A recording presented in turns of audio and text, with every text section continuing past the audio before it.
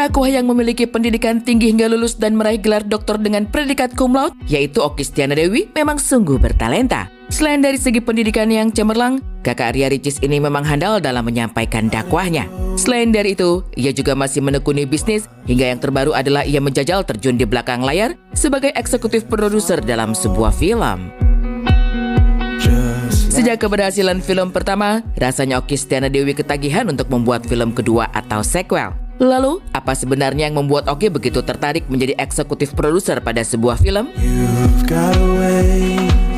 Mungkin banyak teman-teman yang nggak tahu, sudah 5 tahun belakangan ini saya sangat sibuk sekali di pesantren tahfidz sebetulnya. Jadi berdagang, berbisnis itu pasti, karena itu salah satu income ya, dengan cara berbisnis. Dengan bisnis itulah yang kemudian bisa memberikan kepada yang lain-lain.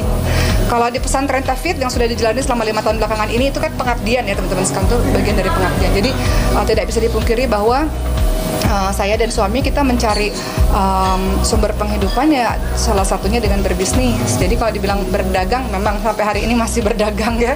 Kami masih berdagang, kemudian ya ini bagian salah satu dari ya alhamdulillah, selain kita memberikan satu pesan, tapi mudah-mudahan ini juga bisa jadi pemasukan juga seperti itu. Jadi kalau ditanya sebenarnya pengen jadi apa sih? Bagi saya selama berdagang itu bisa dakwah loh teman-teman sekalian.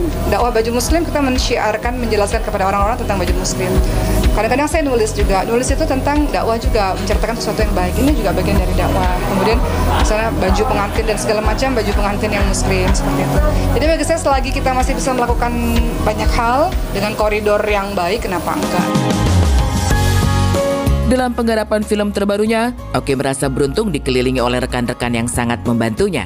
Terlebih, sang suami juga tergabung di belakang layar bersama dirinya, hingga membuat tak ada waktu yang berkurang jika mereka selalu berdampingan.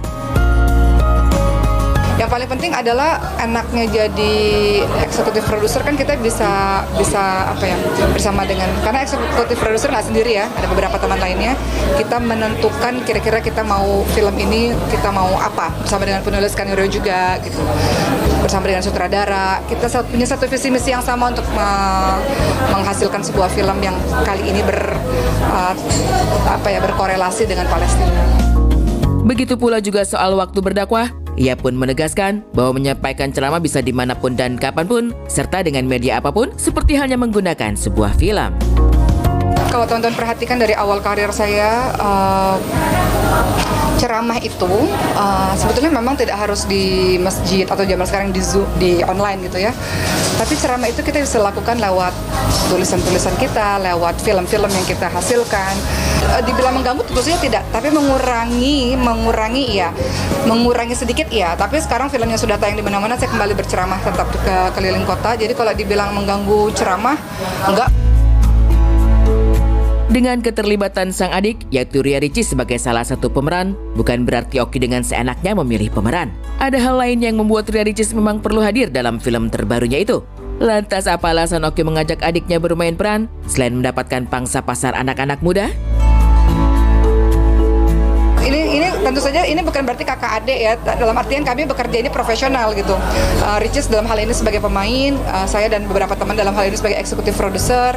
Ya Ricis sebagai pemain ada honornya tersendiri gitu, dan kami ini pilih Ricis bukan berarti Ricis adik saya, bukan, karena kita tahu bahwa Ricis memiliki massa yang banyak, jadi strategi marketing kita harus ada Ricis di situ. Terbukti ketika Ricis masuk ke dalam film ini tuh banyak, walaupun sedikit ya, tapi banyak orang yang tertawa lah. Ya kalau adik kakak bisa lah ya disenggol-senggol dikit gitu supaya nggak terlalu tinggi gitu. Tapi alhamdulillah di satu sisi tetap profesional, tapi satu sisi tetap jangan samain sama yang lain lah dek. Gitu.